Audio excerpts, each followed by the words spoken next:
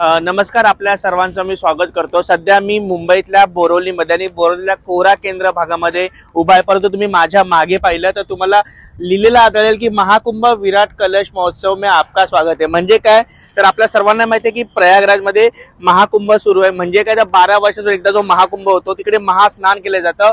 परंतु ज्या भाविकांना, जे भाविक मुंबईचे आहेत त्यांना महाकुंभामध्ये काही कारण जाता नाही आलं, त्यांना पवित्र स्नान नाही करता आलं, त्यांच्यासाठी बोरिवली पश्चिमचे आमदार संजय उपाध्यायजी यांनी एक स्तुत्य उपक्रम केलाय। त्यांनी केलं काय तर महाकुंभ प्रयागराजचं पाणी इथे आणलंय आणि इकडच्या भाविकांना स्नान मिळेल याची त्यांनी पूर्ण काळजी केली। आपण माझ्या उजव्या बाजूला पाहिलं तर इकडे बर्फामध्येच गणपती बाप्पाची एक मूर्ती साकारलेली आहे।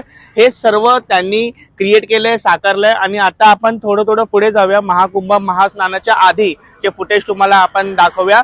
बघा इथे 12 ज्योतिर्लिंग आहे। तुम्हाला माहिती आहे की शंकर भगवानचे 12 ज्योतिर्लिंग आहेत, 12 महादेवाचे प्राचीन मंदिर आहे, ज्याला पवित्र मंदिर मानलं जातं। त्यातले हे मंदिर आहेत। पहिलं मल्लिकार्जुन मंदिर, हे सुद्धा बर्फानी इकडे साकारलं गेलंय। त्याच्यानंतरचं जे मंदिर आहे ते आहे रामेश्वरम मंदिर। दक्षिण भारतामधले ही मंदिर आहेत। आपण पाहतो ही बर्फाची मंदिर आहेत। हे बर्फाचे प्रतिकृती इथे ठेवले गेले कारण की जे भाविक येणार महाकुंभाला त्यांना ते स्वरूप मिळालं पाहिजे, त्या पद्धतीने त्यांना ते वाटलं पाहिजे की आपण खरोखरच प्रयागराजच्या इथे आलोय, म्हणून हा प्रयत्न त्यांनी केलाय। पुढे नागेश्वर हे सुद्धा ज्योतिर्लिंग आहे, शंकर भगवानचं मंदिर आहे। त्याच्यानंतर सर्वात पॉप्युलर 12 ज्योतिर्लिंगामधलं जे मंदिर आहे ते म्हणजे केदारनाथ, नॉर्थ ईस्ट मधलं हे मंदिर जे युवा पिढीला खूप जास्त आवडतं, त्याचा हा देखावा, त्याची ही प्रतिकृती ते दाखवली गेली आहे। त्याच्यानंतर ओंकारेश्वर मंदिर, हे मध्य प्रदेशातलं आपलं ओंकारेश्वर मंदिर 12 ज्योतिर्लिंगामधलं हे मंदिर आहे। पुढे आपण आलो तर आता महाराष्ट्रातलं पुण्याजवळचं भीमाशंकराची प्रतिकृती आपण पाहतोय। महाराष्ट्रात जे 4 ज्योतिर्लिंग आहेत त्यातलं हे भीमाशंकर। त्याच्यानंतर पुन्हा एकदा उज्जैन मधील महाकालेश्वर हे ज्योतिर्लिंग बर्फाच्या स्वरूपात इथे दाखवण्याचा प्रयत्न केलाय। त्यानंतर सोमनाथ ऐतिहासिक दृष्ट्या खूप महत्वाचं मंदिर मानलं जातं कारण की जेव्हा परकीय आक्रमण झालं तेव्हा ह्याच मंदिरातील खजाना लुटण्यासाठी ह्या मंदिराची खूप वेळा पडझड झाली, तोडण्यात आलं, परंतु तेवढ्याच वेळा हे मंदिर उभारलं गेलं। हे असं सोमनाथ मंदिर। त्यानंतर कृष्णेश्वर मंदिर महाराष्ट्रातलं हे ज्योतिर्लिंग मंदिर आहे।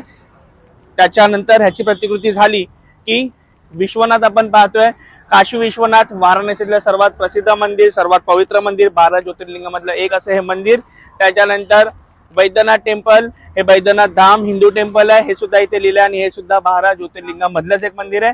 आणि त्याच्यानंतर पुन्हा एकदा नाशिक मधलं त्र्यंबकेश्वर मंदिर, ह्या सर्व 12 ज्योतिर्लिंगातलं एकमेव असं मंदिर आहे ज्याला वरचं जे लिंग असतं ते नाहीये, परंतु इथे प्रतिकृती दाखवली आहे। हे 12 ज्योतिर्लिंग झाल्यानंतर इकडे सुद्धा फळांच्या स्वरूपात आपण काही शिवलिंग पाहतोय, काही शंकराच्या प्रतिकृती पाहतोय, नागदेवता पाहतोय, शेषनाग पाहतोय, मंदिर पाहतोय आणि ते बर्फ जे दिसतंय माझ्या माहितीप्रमाणे अमरनाथला बर्फ आहे आणि अमरनाथचीच एक प्रतिकृती आपल्याला या ठिकाणी साकारलेली दिसते। गणपती बाप्पा आपल्याला तिकडे दिसतात। फळांमधला हा रूप पाहिल्यानंतर आपण वळव्या महाकुंभाच्या महास्नानाकडे। मुंबईतील भाविकांसाठी ही खास सोय करण्यात आली आहे। तुम्ही सुद्धा जर मुंबईत असाल आणि तुम्हाला महाकुंभामध्ये जाण्याचा योग नाही आलाय तर तुम्ही इथे स्नानाचं दर्शन करू शकता, स्नान घेऊ शकता। चला आपण आज जाऊया।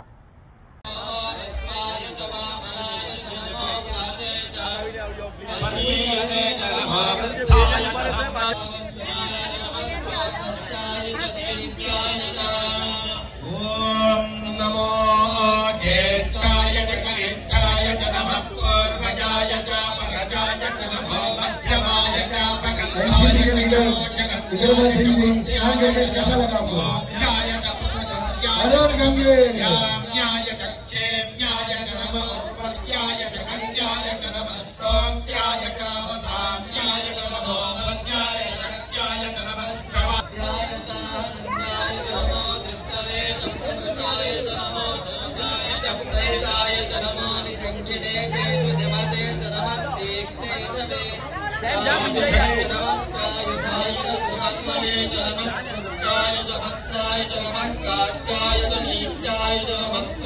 होने का नाम ही नहीं ले रही थी।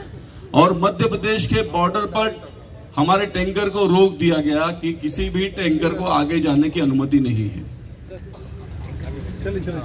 शाला का उन्होंने एक बार भी मुझसे कड़वाहट से बात नहीं किया, हिम्मत से लगे रहे। मध्य प्रदेश में प्रशासन से बात किया, टैंकर खड़ा था, परिवार के साथ उन्होंने त्रिवेणी संगम में स्नान का पुण्य तो लिया ही, और उसके बाद परिवार को वहीं प्रयागराज में रखते हुए 48 घंटे तक वो त्रिवेणी के लिए संघर्ष करते रहे। और अंत में जब वो टैंकर पर आया, मैंने भी अपने आप को भाग्यशाली माना कि हमने जेजे को वादा किया था और हम उस वादा को पूरा करने जा रहे थे। वो क्योंकि श्रद्धा की बात है, श्रद्धा के साथ कई लोग मजाक भी करते हैं। मैं मेरे बोरीवली वालों के साथ, मुंबईकर के साथ कोई मजाक टैंकर है और अद्भुत काम।